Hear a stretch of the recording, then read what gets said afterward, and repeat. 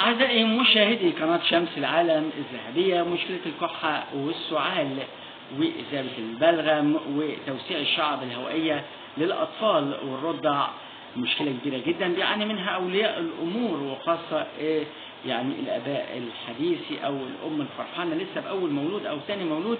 النهارده معانا ريكتوبلوكسيل أقماع أو ريكتوبلوكسيل لبوس آمن وفعال من أرخص الأدوية ب2 جنيه ونص الشريط. العلبة فيها شريطين ب5 جنيهات. طبعا النهارده في رحلتنا نعرف ريكتوبلوكسيل لبوس ما بين دواعي وموانع الاستخدام والآثار الجانبية. هنشوف النهارده ريكتوبلوكسيل لبوس من أهم أدوية الرضع والأطفال اللي بيتم وصفها من قبل الأطباء لتوسيع الشعب الهوائية وعلاج السعال لديهم، سواء كان هذا السعال أو الكحة مصحوبة ببلغم أو جاف. النهارده لو جينا نتكلم عن مكونات ريكتوبلوكسيل، ثلاثية مكونات ريكتوبلوكسيل أولها الباراسيتامول اللي بيكون مسكن للآلام وخافض الحرارة، الأوكسوميازين مضاد للهستامين ويخفف من السعال، الجوافينيزين من المواد الطاردة للبلغم. النهارده لو جينا نتكلم عن ريكتوبلوكسيل، الجرعة وطريقة الاستخدام بيحددها الطبيب، لكن طبعا حديث الولادة حتى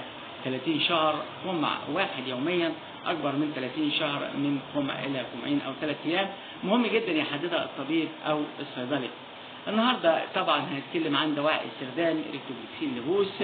بيستخدم هذا الدواء كموسع للشعب الهوائية وعلاج السعال اللي بيكون مصحوب ببلغم أو السعال الجاف الناتج عن حالات الحساسية أو عدوى الجهاز التنفسي لدى الأطفال والرضع. كمان ريكتوبلوكسيل والآثار الجانبية، ممكن يكون في آثار جانبية. نقول لك أعزائي مشاهدي قناة شمس العالم الذهبية، من الآثار الجانبية للريكتوبلوكسيل لبوس أبو معلقة ممكن يحدث نعاس، ممكن جفاف في الفم، ممكن لزوجة عالية بإفرازات الشعب الهوائية، ممكن فرط في نشاط الأطفال أو الأوتيزم، ممكن اضطرابات الجهاز الهضمي، إسهال أو إمساك.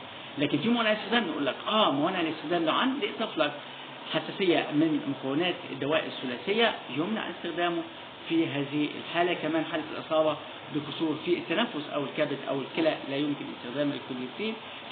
في تحذيرات واحتياطات أعزائي مشاهدي قناة شمس العالم الذهبية، يجب استشارة الطبيب أو الصيدلي قبل استخدام الدواء في حالة طبعا الحمل أو الرضاعة. لا ينصح استخدام لبوس الأطفال أقل من 2 سنين إلا باستشارة الطبيب. في حالة استمرار الكحة التوقف عن استخدام الريكتوبلوكسيل والتوجه إلى أقرب طبيب، يجب حفظها في ثلاجة هذه الأقماع. ومهم جدا عدم تقسيم الجرعة أو اللبوسة. الريكتوبلوكسيل للرضع بيستخدم في حالة الإصابة بسعال أو حساسية، ولكن بعد الرجوع للطبيب. لبوس ريكتوبلوكسيل للأطفال، يمكن استخدام الريكتوبلوكسيل للأطفال أكبر من 30 شهر لعلاج السعال المصحوب ببلغم أو جاف.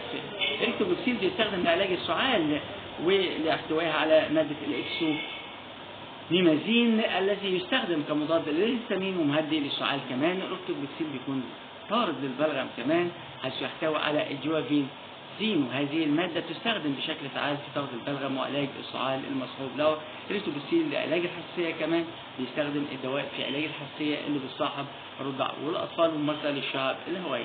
حد يقول لي إيه هو بديل الريكتوبلوكسيل؟ نقول لك بديل الريكتوبلوكسيل قفاصيد لبوس للرضع والأطفال، في منه للرضع وفي منه للأطفال.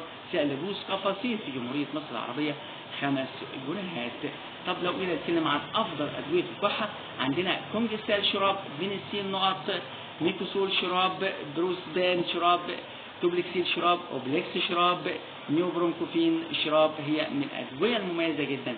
لبوس طارد للبلغم والكحة للرضع، تفاصيل باراسيتامول لبوس، في لبوس مينوفيلين للرضع، وسيليجين لبوس أطفال، وريكتوبلوكسيل لبوس للكحة الجافة وبيكون مصحوب وسحب البلغم زي بوكافول أقماع، ولبوس بروس بان، وكمان لبوس ريكتوبلوكسيل اللي معانا الآن. تابعونا على قناة شمس العالم الذهبية في برنامج روشتة الحياة أفضل بكتير.